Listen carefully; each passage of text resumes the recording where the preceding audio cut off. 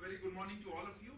I'm delighted to see such a large turnout for the G20 for the special media briefing on the occasion of the G20 Foreign Ministers meeting under India's ongoing G20 presidency. Thank you very much for joining us. As you know, the meeting actually begins today evening and then continues tomorrow, so tomorrow evening. To give us a sense of our approach and the details of this event, we have the privilege of having with us Foreign Secretary Sir, Shri Vinay Kwatra. Also joining us on the dais is Shri Abhay Thakur, Additional Secretary, G20 and sous Sherpa of the G20 process. So, sir, without further ado, I hand over the floor to you. Thank you very much, and very good morning to all our friends from the media for this special pre-event media briefing on the upcoming meeting of the G20 Foreign Ministers starting tomorrow. The G20 Foreign Ministers meeting under India's ongoing G20 presidency will be held tomorrow on 2nd March, but it would start with a gala dinner tonight. It would be under the chairmanship of our External Affairs Minister, Dr. S. Jaishankar. This would be the second ministerial meeting being held under our presidency so far. As you all know, the first ministerial meeting has just concluded in Bangalore, which was of the finance ministers and central bank governors meeting. The venue of G20 foreign ministers meeting is going to be Rashtrapati Bhavan Cultural Center. Overall, 40 delegations are expected to participate in this meeting.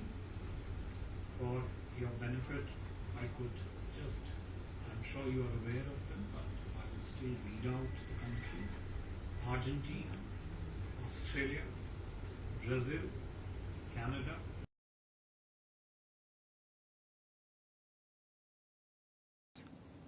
Germany, India, of course, as a host, Indonesia, both as the immediate past president, also the ASEAN chair, Italy, Japan, Mexico, South Korea, Russia, Saudi Arabia, South Africa, Turkey, UK, US. These are the G20 invitee G20 member countries who would be there. Among the 9 guest countries participating at the level of foreign ministers are Bangladesh, Egypt, Mauritius, Netherlands, Nigeria, Oman, Singapore, Spain, and the United Arab Emirates. Besides the participation of these countries, which I said comprising of over 40 delegations, this would also include 13 international organizations who will be participating in the meeting. Surely it is one of the largest gathering of the foreign ministers hosted by any G20 presidency that we would be privileged to host tomorrow. The theme of India's G20 presidency, as has been enunciated repeatedly, is Vasudhaiva Kutumbakam, roughly translating into one earth, one family, one future. For India, the G20 presidency also marks the beginning of Amrit Kal, which will lead to the centenary of our independence towards a futuristic, prosperous, inclusive and developed society with human-centric approach at its very core. This is also the spirit which propelled us to organize the Voice of the Global South Summit in January earlier this year, which, as you are aware, saw participation of over 125 countries. During the foreign ministers meeting tomorrow, the external affairs ministers will be chairing 2 sessions of the foreign ministers meeting.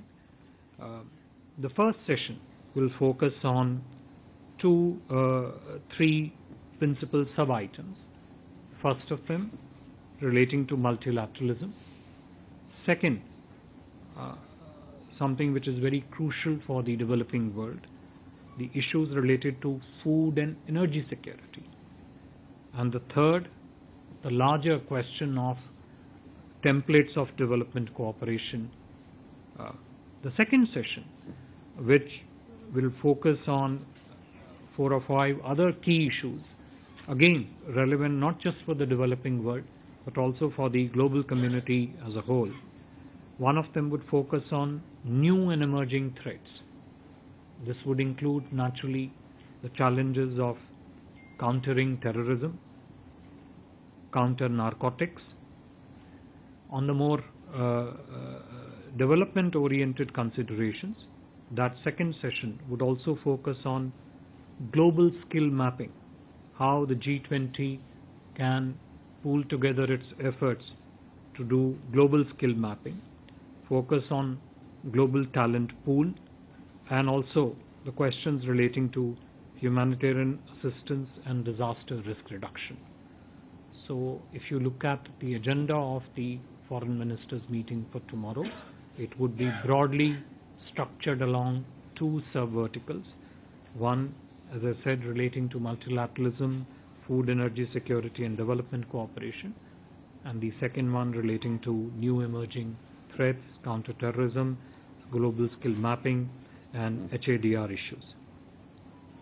The agenda of the Foreign Ministers meeting tomorrow is also situated in the larger set of priorities of India's G20 presidency, which under the vision of the Prime Minister Shri Narendra Modi include 1.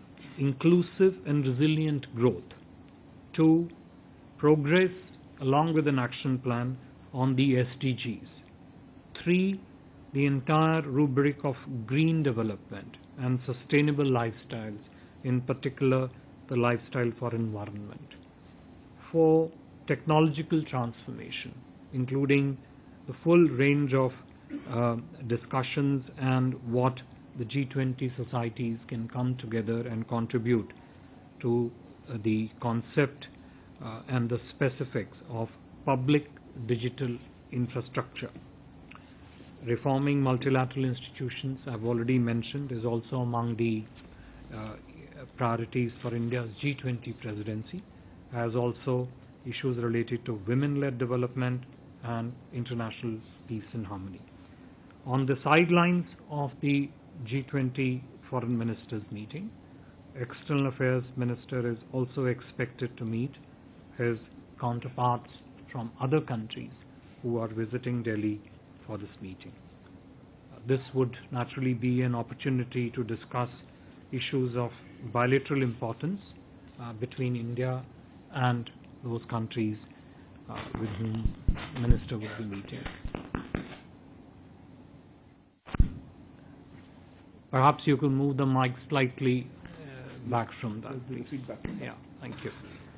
At the end of the G20 meeting tomorrow, we expect that the visiting ministers from the G20 countries and the guest countries, as also the heads of the other delegation, would also get an opportunity to call on the Honorable Prime Minister.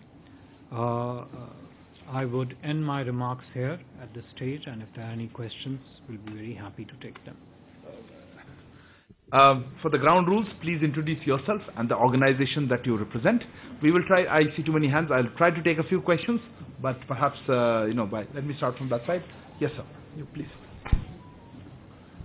Hi, good morning. I'm Yosuke Hanada from Nikkei, the Japanese news agency, and I would like to ask you about 2 things. The first, Japanese foreign minister is not going to attend the G20 foreign ministers meeting this time. And what do you think of the impact on his absence on the upcoming meeting? And could you kindly share with your view on the Japanese decision? And secondly, would you be so kind as to add much more detailed explanation how India plans to amplify the voice of Global South in this meeting? Thank you. Okay. So I'll come one by one. Hi, sir. Siddhant from Beyond. My question is how India plans to bridge the divide between West and Russia backed by China we saw the Indian chair statement in the finance ministers meeting. So are we expecting a joint statement after this foreign ministers meeting? Bridge the gap, you said. Okay. I have lots of questions. I saw you. Okay, please. Yeah, go ahead. Sir, Pranay Pathak from ABP News. Can you please elaborate on the bilateral engagements of foreign minister and will the Chinese foreign minister be having will our foreign minister will be having a bilateral engagement with the Chinese foreign minister and our NSA also? You said bilateral engagements with all of them or our NSA? Our NSA. Their meetings with our NSA. Okay. I'll come back. This is Manish Kumar Jha from Financial Express. While there are a lot of consensus on green energy and other key issues, there are also differences among the member on the Russia and Ukraine conflict. How you addressing across the platforms and building towards the joint declaration, sir? Wasn't the same question? Sorry, if your question is already asked, please don't repeat that. It doesn't help. Sudhi, and then one second. Sir, Shudi Rajan from the Bloomberg. A question on the same line but different. Is India considering, like it did in the finance ministers meeting, naming people or naming countries that kind of come in the way of the consensus? Is there any decision in this regard? So I think we'll hand over the 5 questions and we'll come around for another. Okay. Thank you very much for those questions. Regarding the question from our Japanese colleague about the participation of the Japanese delegation in the G20 foreign ministers, etc.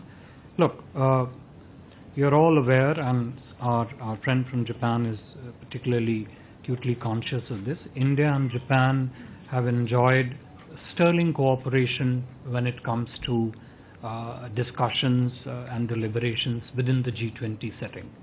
Now, we understand that the G20, the Japanese foreign minister himself is perhaps not able to come because of his domestic compulsions, but we are looking forward to a very active participation, active support, active discussions in consultation with the Japanese delegation that is coming. We greatly value their participation, and of course their contributions have always been most helpful in taking forward the agenda of the G20. With regard to your question on the amplification of the voice of Global South, look, some of the agenda priorities that I mentioned for the foreign ministers meeting tomorrow, which are also, as I said, situated in the larger set of priorities of India's G20 presidency, clearly capture most of the concerns, issues, priorities and interest of the Global South. So when you talk of issues relating to food security, energy security, when you refer to the challenges of sustainable development templates, when you talk about the accessibility to climate finance, climate technology for the mitigation of environmental challenges, when you talk about how the world in general and the G20 in particular need to come together to focus on these priorities. These are very much, I would say, we heard it very loud and clear when we organized the Voice of Global South Summit. And that is the reason why at least some of these priorities are very directly and explicitly captured in the agenda for the G20 presidency, for the G20 foreign ministers meeting tomorrow. Another aspect which is,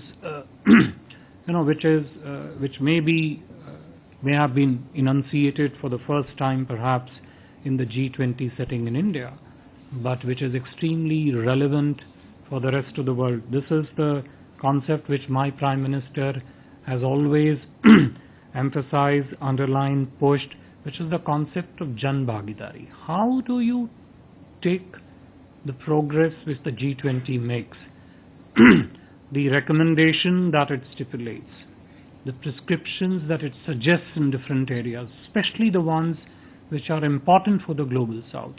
how do you take these recommendations outside the boardroom discussions and take it to the people? How do you take G20 and connect it to the people? That I think is very important, not just as I said, in Indian context, which we are doing. We are one of the key planks of India's G20 presidency is to run it as a presidency of Jan Bhagidari, which is essentially the participation and the contribution of the people. But that is something which is also scalable for the global south, because the fruits of the benefits of what gets discussed within the G20 framework, what gets decided in the G20 framework, should reach to the people for the rest of the world. So that is an amplification at the level of the people, which my Prime Minister has so strongly proposed and propagated.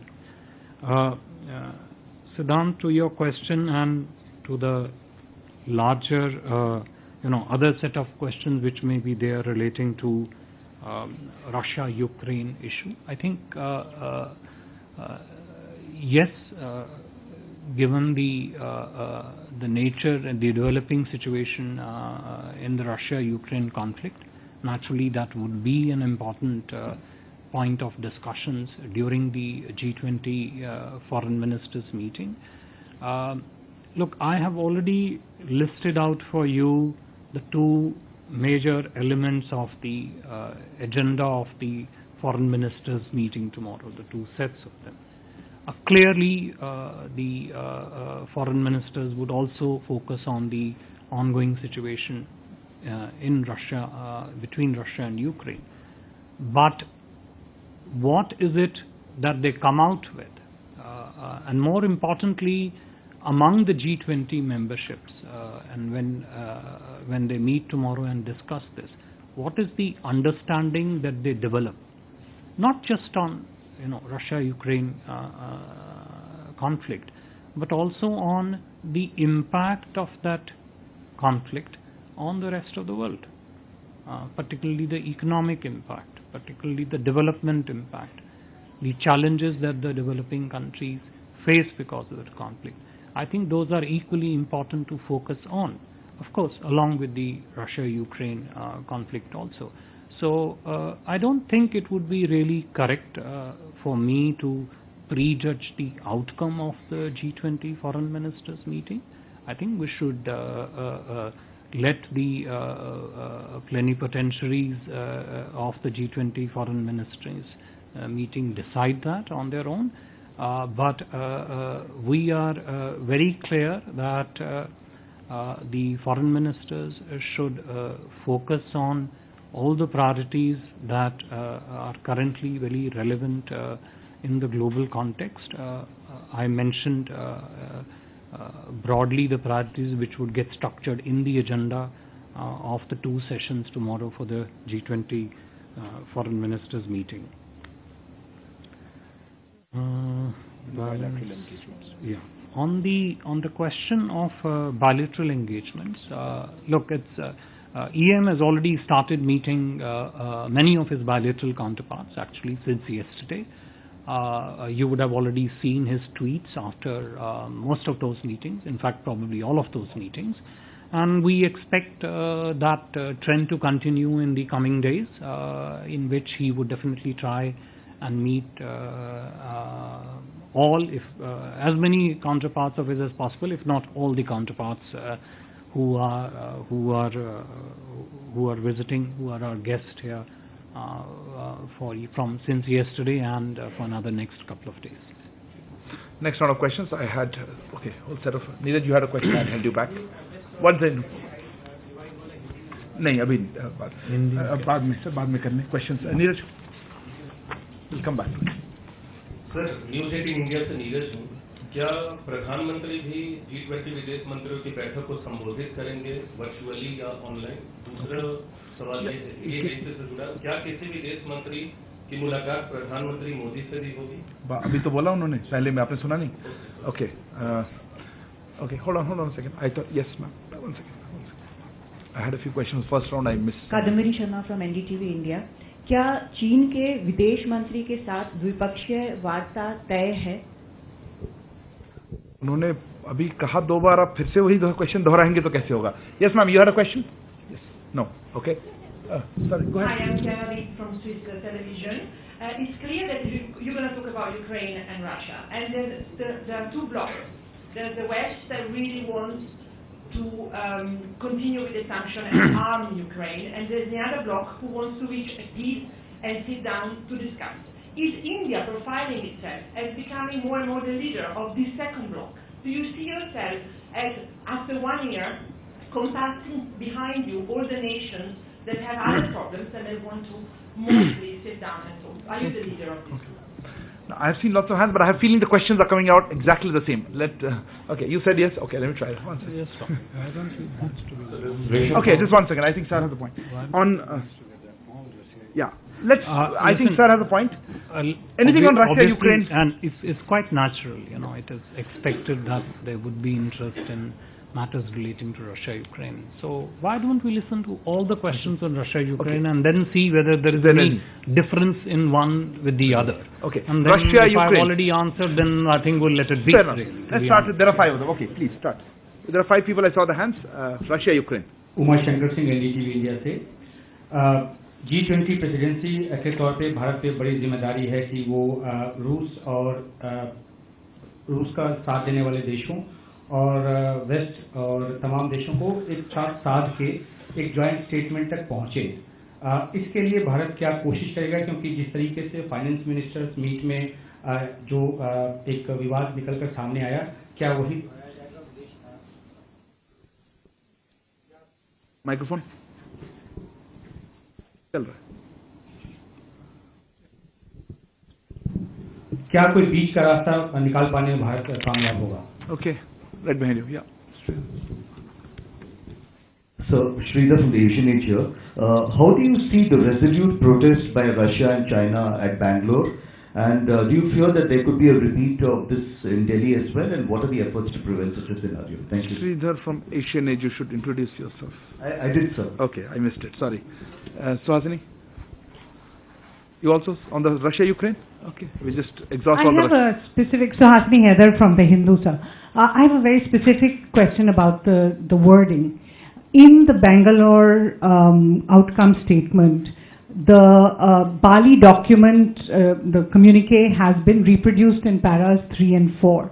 And then there is an extra addition that says Russia and China did not agree to para 3 and 4. Are we to understand that Russia and China no longer adhere to the Bali consensus and to the Bali outcome statement? And I also want to ask within that, given that in Bali, India had agreed to language that said that most countries agreed that they condemned Russia's invasion of Ukraine, it was understood India was not a part of it. By including it in its own statement, by referring to the war in Ukraine, Russia's war in Ukraine, is India now changing its position from the Bali statement? Thank you. The first one, I think you should, it's a fair question to, anyway, please.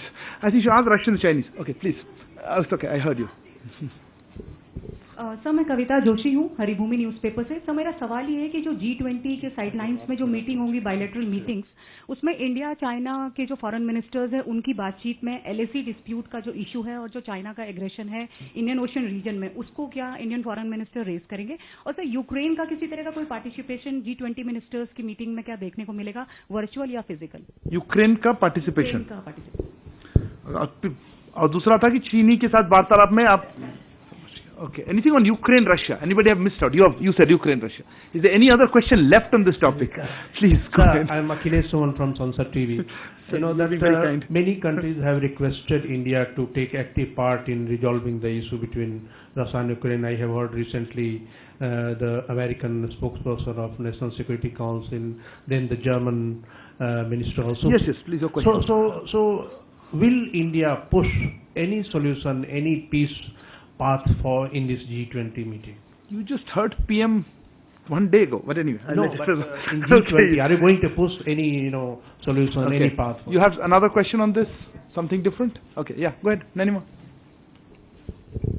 Nanima from ABP Live. Just probably a follow-up to Suhasini's question. If we know acknowledged that Russia and China will not go by the Bali Declaration language. Are we going to, bring in some other language in the probably in the summit? If you are lucky FS is here, otherwise I was going to make a comment I held back from. You still have more questions? A different point? Okay. Okay. I don't know what question could there be. Yeah, okay. On the how does India propose to build a consensus? I'm Poonam Davas, I'm a freelancer now. How does India propose to build a consensus, wording or whatever, particularly in view of the food and the energy security? Because India has been buying a large amount of oil from Russia, for which its actions have been criticized, and food. We stopped importing wheat. So in that context, I'm sorry, ma'am. Could you repeat your question? I think you said too many things. You want to know how we'll build consensus? Yes. Your criticism, but it's your comment. Please note, I'm not agreeing with that. How to build consensus? We'll have the answer on that. Which part I couldn't understand. In view of food that we are not buying energy security. How is that related? Anyway, I take your question. Who has a question left? You had a question, and yeah. Go ahead, Manish. And then I don't know your name, ma'am. Manish Chan, India Rights Network. Foreign Secretary, I'm talking about semantic quibbles, which so much dominates this Ukraine business formulation on Ukraine. What is our view? How do we describe what is happening? Is it an invasion? It is a war? It is a conflict? What exactly is it? What terminology are we comfortable? You're asking the question 1 year late, but anyway. Yes, ma'am. Go ahead. No, it's okay. Got your question. Yeah. Hi, I'm Runjhun Sharma from RT Russia Today. Okay. Just to summarize, to understand better, is this a challenge or a fear for India at all that some of the issues that are on the agenda for India that could get overshadowed by the conflict in Ukraine and the Western pressures for India to condemn it? Okay, I see no further question. Thank God. Before I hand over the floor to sir on this, I wanted to make one comment which I think Suhasini made as well as it was followed up by Anima. There was a text tabled in, and the reason I'm answering this is because this is beyond the foreign ministers meeting, which is on the finance ministers meeting. We tabled a text which is a chair's statement and an outcome document, in which on the issue of Russia-Ukraine we tabled paras 3 and 4, which is reproduction of the text from the Bali leaders' declaration. If two countries, Russia and China, did not agree to that, you need to ask them about why exactly, on how their perspectives, or do they no longer, are they no longer with that text from Bali? You'd ask them.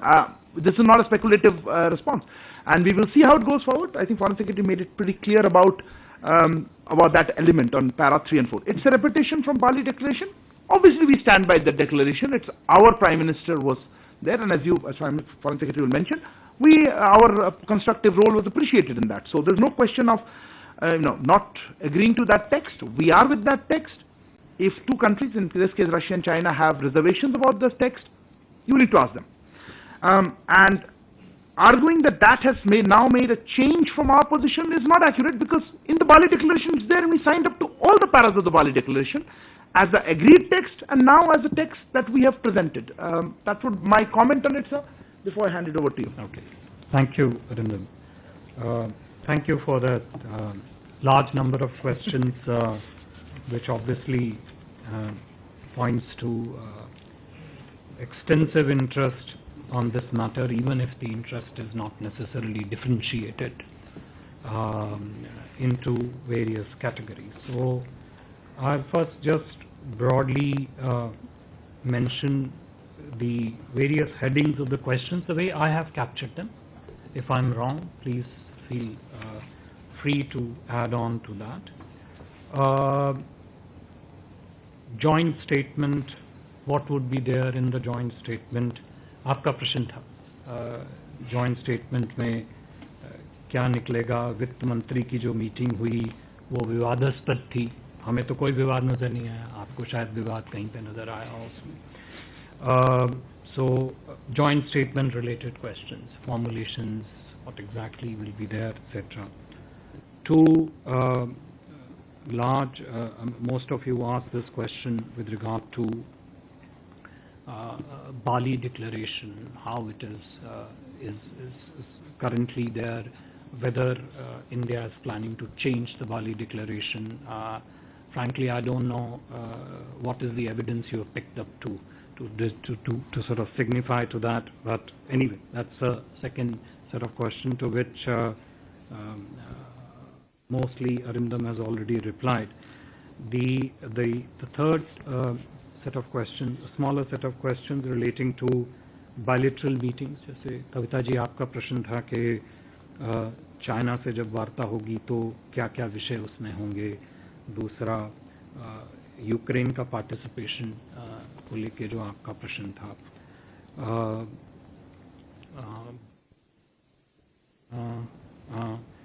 एक प्रश्न था जो कि food energy security, I think mister बास का question था, food and energy security को लेके और उसके कंसेंसस को लेके कोई समस्या तो there is any problem etcetera. Then I think the question from there whether the agenda for the G20 foreign ministers meeting will get overshadowed by the question relating to Russia, Ukraine, and the first question which was asked by our Swiss colleague here on the. I'm just trying to capture that. So to the West and yeah, groups one. Two groups, Russia, West and bloc, and how sort of is India in the second bloc. So I'll say what I have to say without really referring to one set of questions in particular or not. Look, let me first of all repeat what I've said in the earlier briefings also, insofar as India's position relating to Russia-Ukraine conflict is concerned. And let me start with something which came later as a categorical statement, which was my Prime Minister's statement at Samarkand, which clearly said that this is not the era of war. And if you back it up a bit, you will find that right from the start of the conflict in February last year, my Prime Minister, in his conversations with the global leadership, including the leadership from Russia, leadership of Ukraine, leadership of other countries, has clearly stated that dialogue and diplomacy is the way forward to resolve the conflict. You converge the three and you find the contribution that India made in arriving at the Bali Declaration consensus, which came out of the Bali Declaration. What would foreign ministers discuss tomorrow? What understanding they would arrive at on this subject? Whether that understanding would be to the exclusion of the other agenda items, etc., are the issues which, as I mentioned earlier on, is for the foreign ministers to discuss tomorrow and decide. I have clearly mentioned to you what is on the agenda for the G20 foreign ministers meeting tomorrow, two basket of agenda issues which are there. And clearly for us, the questions relating to the food, energy and the fertilizer security, the impact that the conflict has on these economic challenges that we face, the development cooperation templates that we want to talk about, the new and emerging threats, the problem of counter-terrorism, counter-narcotics, the issues that we face on the reform of multilateralism, each one of them is a very, very significant and a substantial issue which is absolutely crucial for the global South. I have no reason to doubt that each of these agenda items will receive its due focus when the foreign ministers meet tomorrow and hold their discussions. It is not for me to prejudge the outcome of those discussions when it takes place tomorrow. You will have to await the presidency presser, which will take place tomorrow at some point. We will keep you posted on the timing and details. for you to hear yourself in person as to what happens at that meeting tomorrow. Kavita ji, जो आपका प्रश्न था China की वार्ता को लेकर, जैसे कि मैंने कहा कि ये अपेक्षित है कि विदेश मंत्री जी अपने जितने जो द्विपक्षीय अन्य मंत्रीगण हैं उनसे भेंट वार्ता करने की उनकी अपेक्षा है। उस भेंट वार्ता में मुद्दे क्या होंगे, किन विषयों पे चर्चा होगी, वो उस मीटिंग के बाद ही उपरांत ही आपके समक्ष लाया जाए तो ज़्यादा उचित रहेगा। उसको समय उचित व्यवस्था के अंतर्गत ही प्रस्तुत किया जाए तो अच्छा है, क्योंकि उनकी क्या वार्ता है वो दो विदेश मंत्री ही आपस में निर्धारित करें तो अच्छा है। जहाँ तक यूक्रेन के निमंत्रण का प्रश्न है, देखिए ये जब हमने अपनी G20 प्रेसिडेंसी लॉन्च करने का प्रेशर किया था उस समय भी स्पष्ट रूप से अंकित किया था, चिन्हित किया था कि जो देश निमंत्रित हैं, जो गेस्ट के रूप में निमंत्रित है और जो स्वाभाविक G20 मेंबर्स हैं, उनकी लिस्ट आप सबके समक्ष है, वो आप सब देख सकते हैं।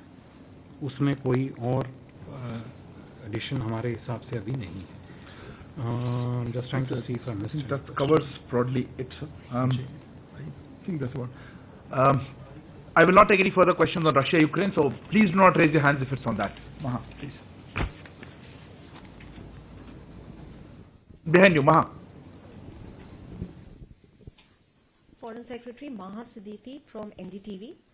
Sir, post the G20 foreign ministers meeting on the third morning, I understand there's a quad ministerial level meeting as well. Since the Japanese foreign minister is not coming down to the G20 foreign ministers meeting, does the quad ministerial meeting still stand? Will the deputy participate in that? And is India disappointed that despite sterling cooperation that you're talking about between India and Japan, he has chosen domestic politics over diplomacy? And you had one question. We'll close with that. Sir, on the issue of counter-terrorism, yes, I'm Parikshit from CNBC. Yes, cryptocurrencies was discussed in great detail at the finance ministers meeting, but in the light of terror financing, could we expect the foreign ministers to give further guidance to the Financial Stability Board and other task forces under the G20 on how to approach the issue of cryptocurrency regulations from the point of view of terrorism? Okay, and we'll take one last question here. No, yeah, you've been raising your hand. No, not there. Here, up here, please. Sir, मैं Madurai news nation से जैसे कि Ukraine war से जो नहीं, Ukraine पे question कोई तो फिर आप शुरू मत कीजिए सर। रिलेटेड जैसे कि यूक्रेन वॉर से अस्थिरता का सवाल दुनिया के सामने है, ठीक उसी तरह से चीन के भी रवैये से दुनिया के सामने अस्थिरता का सवाल है, चाहे वो ताइवान के फ्रंट पर देखें, चाहे इंडो चाइना कॉन्फ्लिक्ट के मुद्दे पर आप देखें या जापान सी की तरफ देखें। तो क्या चीन के इस रवैये को लेकर भी कोई बड़ी वार्ता होने वाली है? क्या G20 के देश जो हैं G20 में क्या चीन के इस जो रवैया है, खासतौर पर आक्रामक रवैया है, उस पर भी बातचीत करेंगे ताकि आपको मालूम है ना कि ये कंसेंसस का ऑर्गेनाइजेशन है और चीन भी इसके एक मेंबर है। बिल्कुल ठीक है, इसको जानते हुए भी पूछ रहे हैं। ठीक है, देखिए मैं आखिरी प्रश्न से पहले शुरू करता हूँ। विदेश मंत्री की वार्ता का क्या एजेंडा होगा वो आप सबको सामने बता दिया गया है, आप उसमें से निर्धारित कर लीजिए क्या आएगा क्या नहीं आएगा। लेकिन मैं जितना विस्तार में उसके बारे में बोल चुका हूँ, मैं चाहूँ तो पढ़ के भी चाहूँ तो और इससे अधिक नहीं बोल पाऊँगा करके, तो आप कृपया उसको मद्देनजर रखें और उस हिसाब से देखें। To your question with regard to Japan, as I've already said, our partnership with Japan, bilateral as also what we do together in G20, is something which is of great value to us, and we have absolutely no doubt going into tomorrow's meeting of the foreign ministers that our discussion, Japanese delegation's participation in that meeting would be something which will bring a tremendous value to the G20 deliberations. With regard to your questions on the question on the Quad foreign ministers meeting, well, we'll let you know as and when something works out, something which at this stage we are not aware of. To your question on the Australian foreign minister's visit, I would simply repeat a variation of the answer that I gave to Kavita ji. I can give a more extensive answer, but then that would not be fair to Kavita ji. So I think it's for the two ministers to decide really what they focus on. But obviously, all issues that are part of the bilateral discussions and issues of regional importance would naturally be a part of those discussions. Parikshit, to your question on the cryptocurrencies and the other things that there are many elements of when you talk of countering terrorism, there are many sub-verticals that you need to deal with. Money laundering is one of them. Narco financing is another of them, which, as you know, is one of the very old issues when you talk of terrorism going back to early 90s, etc. Now, crypto is relatively new in that sense. It's a fintech issue because it's essentially a financial product that emerges which is centered in technology, pretty much. Abroad, what we expect from tomorrow's meeting of the foreign ministers meeting is a very clear, strong, all-encompassing message on the problem of terrorism, on its challenges, and on the need for the G20 countries to come together to fight, address, and defeat it comprehensively. Naturally, crypto would form one constituent of it, one of the constituent of it, and as you yourself observed, the finance ministers and the central bank governors meeting in Bangalore devoted extensive time onto this issue and has already discussed that at length. But at tomorrow's meeting, the larger challenge of counter-terrorism, counter-narcotics would be in focus with the foreign ministers, and we hope to get some clear recommendation coming out of that from that meeting. Thank you. Thank you very much, sir. I appreciate particularly your patience in taking so many questions, sir. Thank you also to Abhay for your presence here. Good afternoon.